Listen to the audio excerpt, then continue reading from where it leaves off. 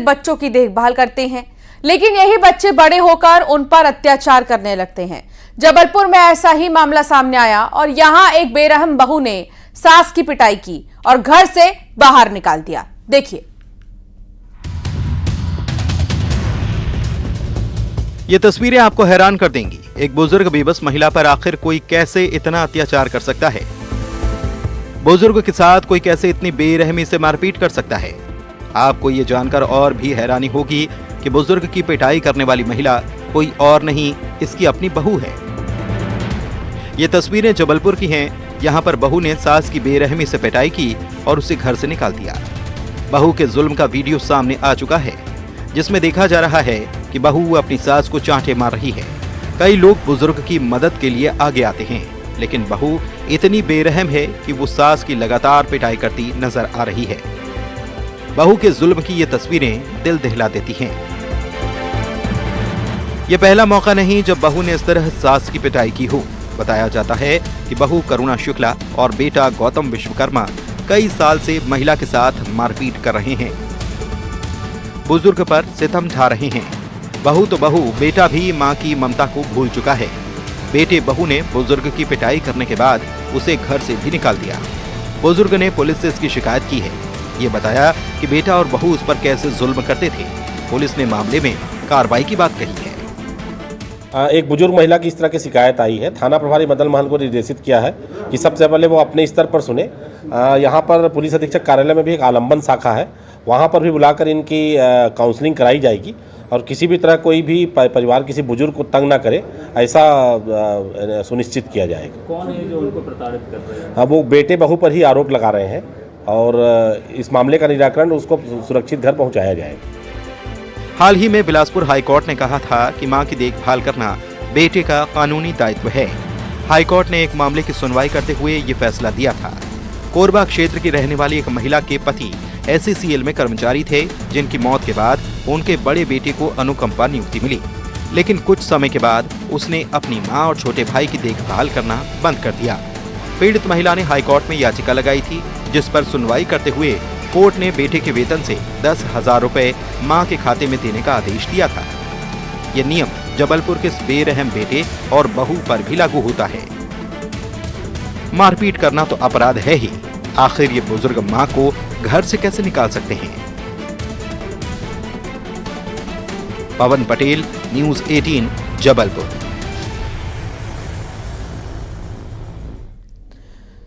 UP के बरेली से एक दिल दहला देने वाली वारदात सामने आई। यहां एक शख्स ने बीच सड़क पर ही एक लड़के की गर्दन रेत दी।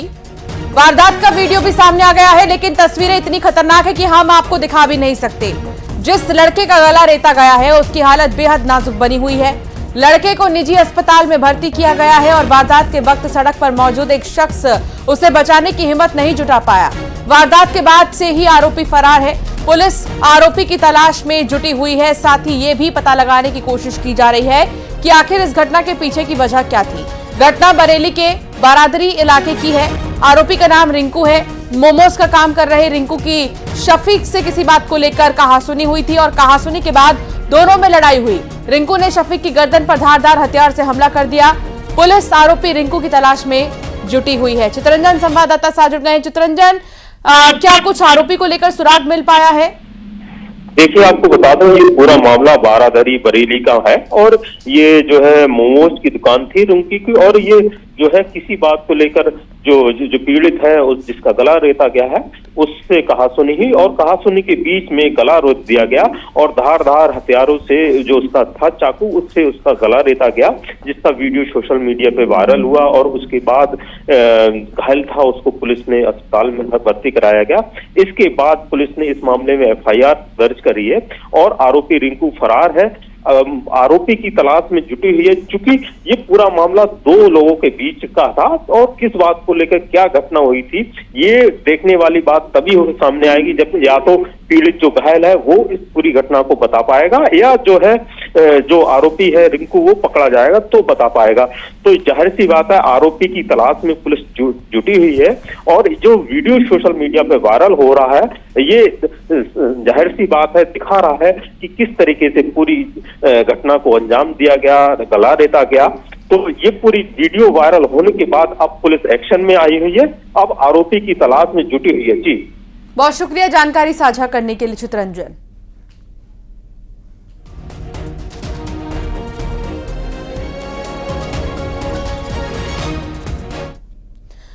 खर्राटों से पूरी दुनिया परेशान है, लोगों को ताने सुनने पड़ते हैं, लेकिन अब नहीं, खर्राटे अब कमाई का जरिया बनेंगे। जी हां, खर्राटों की वजह से लोग मालामाल हो जाएंगे।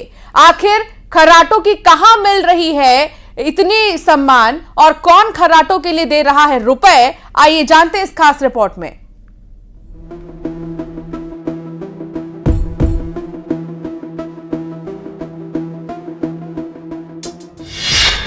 खर्राटों से ऐश, अब मिलेगा कैश, नहीं है कोई टेंशन, मिलेगा खर्राटा पेंशन। खर्राटों के शोर से पूरी दुनिया परेशान है। एक अनुमान के मुताबिक दुनिया के करीब आधे लोग खर्राटे लेते हैं। खर्राटों पर आम तौर पर लोगों को ताने मिलते हैं, लेकिन अब खर्राटे कमाई का जरिया बनेंगे। खर्राटे लेने पर आपको रुपए मिलेंगे। खर्राटों से कमाई कैसे हो सकती है? शायद आपको ये सुनकर अटपटा लगे, लेकिन एक जगह ऐसी भी है जहां आपको खर्राटे की बीमारी हो तो हर महीने 78,000 रुपए मिल सकते हैं। ये सुविधा ब्रिटेन में उन लोगों को दी जा रही है जिन्हें खर्राटे की दिक्कत है। ब्रिटेन में लोगों को PIP योजना के तहत आर्थिक मदद दी जाती है, जो टैक्स फ्री है। इस योजना के तहत उन लोगों को मदद मिलती है जिन्हें खर्राटे की गंभीर परेशानी है, यानी अब खर्राटे ब्रिटेन के लोगों को माला माल करेंगे।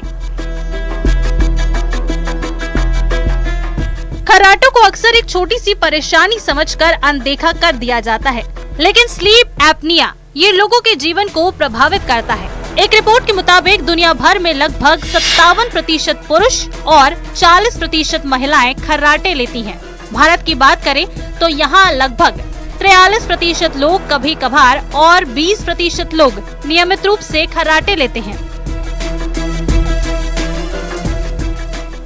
दुनिया के लिए खर्राटे एक बड़ी चुनौती बन गए हैं। तलाक की तीसरी बड़ी वजह भी खर्राटों को माना जाता है। अब सवाल ये है कि आखिर लोग खर्राटे क्यों लेते हैं? स्लीप एपनिया, थ्रोट इन्फेक्शन, बहुत ज्यादा थकान होना, पीठ के बल सोने की आदत या फिर नींद की गोलियां। इनके अलावा खर्राटे की और भी कई वजह हो सकती हैं। खर्राटे को अगर एक हेल्थ प्रॉब्लम के रूप में देखें तो इसे आसानी से दूर किया जा सकता है। खर्राटे दूर करने के कई उपाय हैं। अपनी लाइफस्टाइल में बदलाव करके हम खर्राटों से छुटकारा पा सकते हैं। खर्राटों पर कंट्रोल कैसे करें? वजन कम करके खर्राटों पर कंट्रोल पाया जा सकता है। धूम्रपान करते हैं तो वो बंद कर सकते हैं। शराब पीना कम करना होगा। नींद के दौरान स्लीपिंग पोजीशन चेंज करके भी खर्राटों पर कंट्रोल किया जा सकता है। साथ ही CPAP मशीन का इस्तेमाल करने से भी खर्राटे कंट्रोल में आते हैं। तो आपने जाना कि कैसे खर्राटों ने दुनिया भर को परेशान कर रखा है। खर्राटों से छुटकारा पाने के उपाय भी हैं। बात अगर ब्रिटेन की करें तो यहाँ खर्राटे लेने वालों की मौज है। लोग खर्राटों से कमाई कर रहे हैं। खर्राटे लेने पर लोगों को पाउंड मिल रहे हैं। Bureau report, news 18। बिहार से एक चौंका देने वाला वीडियो सामने आया। वीडियो में बारिश के समय आसमान से बिजली गिरती दिखाई दी। दरअसल मानसून की बारिश के दौरान सीतामढ़ी में एक लड़की छत पर वीडियो बनाने पहुंच गई। जैसे ही उस लड़की ने वीडियो बनाना शुरू किया, वहां धमाकेदार तरीके से आवाज आई और अचानक से बिजली गिर गई, जिसकी वजह से वो लड़की डर कर वहां से भाग गई और उसके मोबाइल कैमरे में बिजली गिरने की पूरी घटना रिकॉर्ड हो गई। तो सुहाने मौसम का हर कोई लुत्फ उठाना चाहता है और ऐसे ही ये जो लड़की आप देख रहे हैं, ये छत पर वीडियो बनाने के लिए पहुंची थी मोबाइल फोन रखकर, लेकिन जैसे ही बिजली कड़की फौरन वो यहां से भाग गई, लेकिन मोबाइल में बिजली कड़कने की ये तस्वीर कैद हो गई।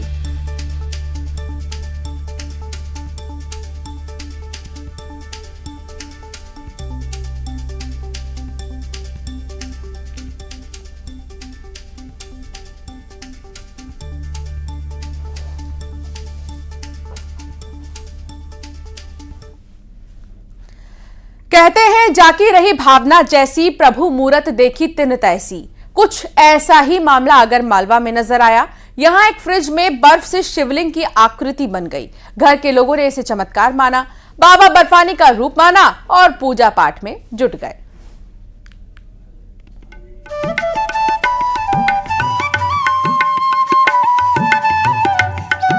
कहते हैं मानो तो भगवान, ना मानो तो पत्थर। यहाँ देखिए, फ्रीजर के अंदर हो रही है पूजा पाठ।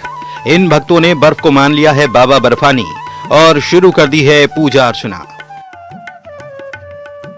यह अनोखी तस्वीर आगर मालवा की है। यहाँ रहता है बालकृष्ण त्रिवेदी का परिवार। बात दरअसल यूं कि इनके घर के फ्रीजर में बर्फ से शिवलिंग की आकृति बन गई। इन्होंने इसे प्रभु का चमत्कार माना और पूजा पाठ करनी शुरू कर दी। परिवार के लोग फ्रीजर के अंदर फूल चढ़ाकर पूजा अर्चना कर रहे हैं। यहाँ पर जो है साक्षात जो हमने प्रतिमा देखी, उस प्रतिमा में हमने पाया है कि साक्षात शिव जी ने उनकी जो स्वरूप है उसी स्वरूप में उन्होंने दर्शन दिया है। और हम लोगों की काफी इच्छा थी और मेरी खुद इच्छा थी कि मैं अमरनाथ जाके दर्शन करूं, बट प्रभु ने ऐसा सौभाग्य, ऐसा हमको चुना, ऐसा हमको पाया। हम लोग मध्यम वर्गीय परिवार से हैं और हम लोगों को प्रभु ने स्वयं ने आकर के घर में दर्शन दिए हैं। परिवार का दावा है कि अप्रैल के महीने में फ्रिज में छोटी सी शिवलिंग जैसी आकृति दिखाई दी थी और बाद में यह आकृति बढ़ती चली गई। परिवार का कहना है कि जिस तरह बाबा अमरनाथ की गुफा में नंदी और अन्य गण की आकृतियां निर्मित होती हैं, उसी तरह की आकृतियां उनके फ्रिज में बन रही हैं। कविता त्रिवेदी कहती हैं कि परिवार के सभी सदस्यों की भगवान के प्रति गहरी आस्था है और काफी समय से बाबा अमरनाथ के दर्शन वो करना चाहती थीं, लेकिन जा न सकीं। लेकिन अब भगवान ने उनकी प्रार्थना सुन ली और खुद दर्शन देने उनके घर चले आए। हमारे भी विचार बढ़ते गए कि भाई क्या है। हमने मोबाइल पे वगैरह पे सर्च करके देखा तो अभी जो समय चल रहा था वो इस समय पे बाबा बर्फानी का भी दर्शन का लाभ मिलता ही है भक्तों को। तो हमने उससे मिलान करा। हमें ऐसा लगा कि प्रभु हमको भी सेवा का मौका दिया है प्रभु ने। कहते हैं जाकी रही भावना जैसी, प्रभु मूरत देखी तिन तैसी। ये परिवार भी ये मान रहा है कि फ्रिज में ही बाबा बर्फानी आ गए हैं। इनके लिए ये चमत्कार है और ये पूजा पाठ में जुटे हुए हैं। रजनीश सेठी, न्यूज़ 18, आगर मालवा।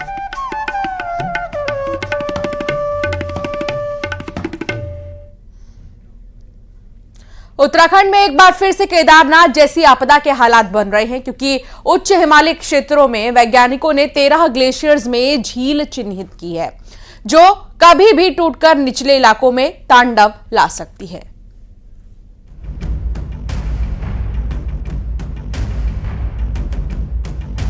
जून 2013 में चौराबाड़ी ग्लेशियर में बनी झील के टूटने से केदारनाथ में जो तबाही हुई उसे कोई भुला नहीं सकता।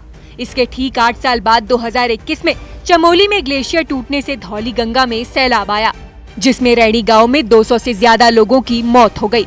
अब उत्तराखंड में वैज्ञानिकों ने ठीक इसी तरह की 13 नई झील चिन्हित की है।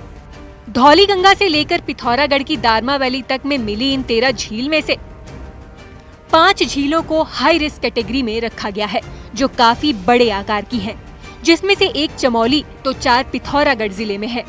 ऐसे में आपदा प्रबंधन विभाग 2 जुलाई को वसुधारा ताल के लिए एक वैज्ञानिक टीम भेजने जा रहा है। तो 2 जुलाई से लगभग यहाँ वसुधारा में जा रहे हैं और वहाँ के लिए पिथौरागढ़ में 4 लेक हैं। उसके लिए जैसे ही आईटीबीपी की इन्फॉर्मेशन आएगी कि अब लेक मेल्ट कर गया है, अब स्टडी के लिए बिल्कुल रेडी है, तब हम प्लान कर लेंगे वहाँ भी जुलाई अगस्त में उसको भेजना है। अब जो झील कभी भी बर्बादी ला सकती हैं, उनमें चमोली में धौली गंगा बेसिन में वसुधारा ताल, पिथौरागढ़ की दारमा घाटी में 2 झील, पिथौरागढ़ की लसार यांगती वैली में 1 झील, पिथौरागढ़ की कुटी यांगती वैली में भी 1 झील। ये सभी झील 4300 से 4900 मीटर की ऊंचाई पर मौजूद हैं।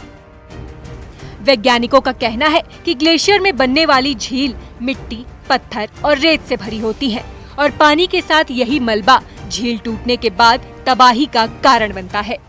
सरकार अगर इसकी मॉनिटरिंग प्रॉपरली करती है, किसी एजेंसी को उसकी जिम्मेदारी देती है, तो उनको जिम्मेदारी ये भी देनी चाहिए कि अगर ये फट गई लेक तो इसका जो पानी आएगा, जो नीचे जो है बाढ़ लाएगा, उससे कहाँ तक जो है कौन सा क्षेत्र प्रभावित होगा, तो उसको चिन्हित करके वहाँ पर पहले से ही जो है लोगों को अलर्ट कर देना चाहिए। ग्लेशियर लेक की इन सूचनाओं को लेकर सरकार अलर्ट मोड पर आ गई है। अभी इन झीलों का आंकलन सैटेलाइट तस्वीरों के आधार पर किया गया है। अब फिजिकली साइंटिस्टों की टीमें ग्लेशियर एरिया में भेजकर इनका आंकलन किया जाएगा। उसके बाद ही कोई फैसला लिया जा सकेगा। देहरादून से न्यूज़ 18 के लिए सुनील नवप्रभात की रिपोर्ट। तो वहीं दिल्ली एनसीआर के कई इलाकों में झमाझम बारिश हो रही है। इससे लोगों को उमस भरी गर्मी से काफी ज्यादा राहत मिली है। ये तस्वीर आप देखिए, जहां पारा एक समय पर 47, 48, कहीं तो 50 डिग्री सेल्सियस तक पहुंच गया था, तो वहीं पारा लुढ़क गया है और 40 से नीचे आ चुका है। काफी ज्यादा राहत मिल रही है। बहुत ज्यादा उमस हो रही थी, बीते कुछ दिनों से गर्मी प्रचंड पड़ी थी, जिसके बाद सबको यही उम्मीद थी कि जल्द से जल्द बारिश हो जाए और सबकी यही आस थी कि अच्छी बारिश हो ताकि मौसम सुहाना हो जाए। और अब दिल्ली एनसीआर की तस्वीर हम आपको दिखा रहे हैं, जहां झमाझम बारिश हुई है, मौसम सुहाना हो गया है और लोगों को उमस भरी गर्मी से राहत मिली।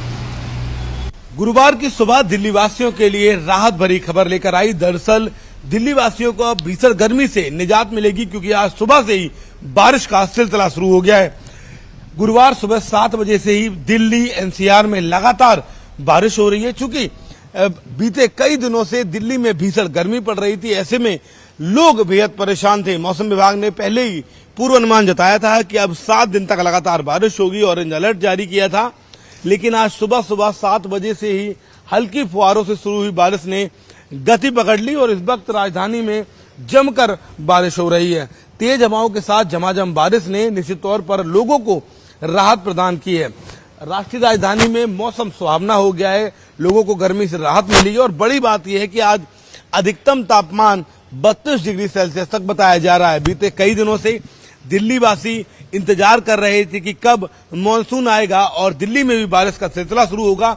अंततः अब दिल्ली वासियों के लिए राहत भरी खबर है। मौसम भी बदला है, टेम्परेचर भी डाउन हुआ है। सहयोगी मुनमुन के साथ शिवम प्रताप, न्यूज़ 18 दिल्ली। अब बात करेंगे भारत की साइंटिस्ट बेटी की, जो कि मुसीबत में है। अंतरिक्ष में गई सुनीता विलियम्स की वापसी मुश्किल होती जा रही है। 6 जून को सुनीता विलियम्स ने ISS पर कदम रखा था। इसके बाद उन्हें 13 जून को वापस लौटना था, लेकिन बोइंग के स्टारलाइनर कैप्सूल में खराबी आ गई है।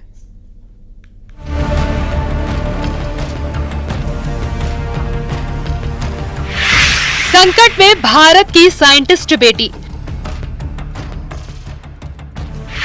अंतरिक्ष में फंसी सुनीता विलियम्स। भारतीय मूल की अंतरिक्ष यात्री सुनीता विलियम्स और Butch Wilmore international space centre यानी ISS पर फंस गए हैं। उनकी धरती पर वापसी की उम्मीद एक बार फिर टूट गई है। 6 जून को सुनीता विलियम्स ने ISS पर कदम रखा था। इसके बाद उन्हें 13 जून को वापस लौटना था, लेकिन बोइंग के स्टारलाइनर कैप्सूल में खराबी आ गई। इससे उनकी यात्रा को 22 जून तक के लिए टाल दिया गया। 22 जून को भी किसी तकनीकी कारणों से उनकी धरती पर वापसी नहीं हो पाई। इसके बाद अमेरिका की अंतरिक्ष एजेंसी नासा की चिंता बढ़ गई है। इस यान की समस्या अभी तक ठीक नहीं हुई है। बता दें कि स्टारलाइनर अंतरिक्ष यान को उड़ान के दौरान दिक्कतों का सामना करना पड़ा।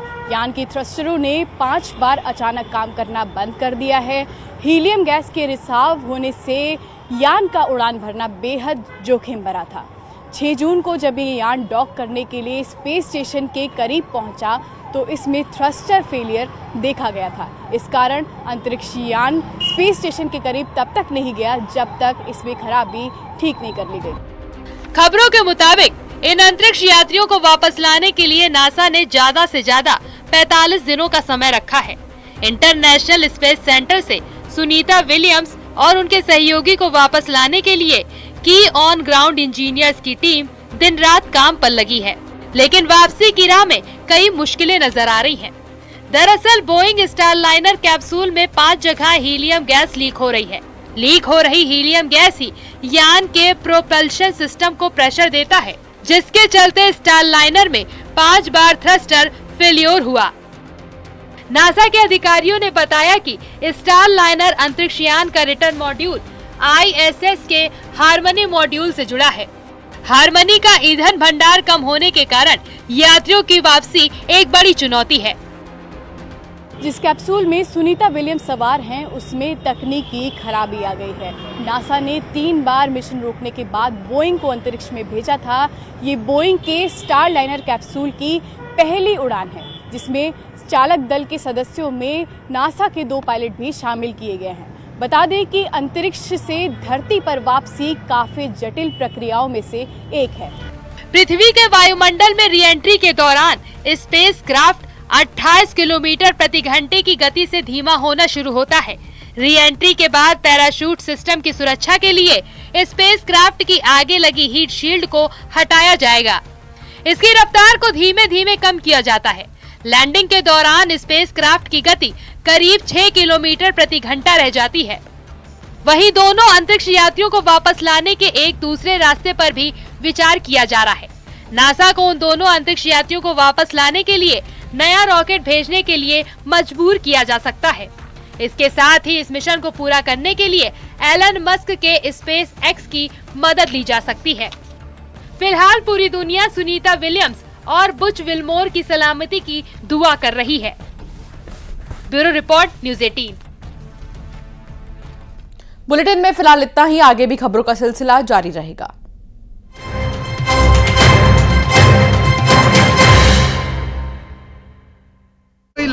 बैठे गौवंश पर कार चढ़ा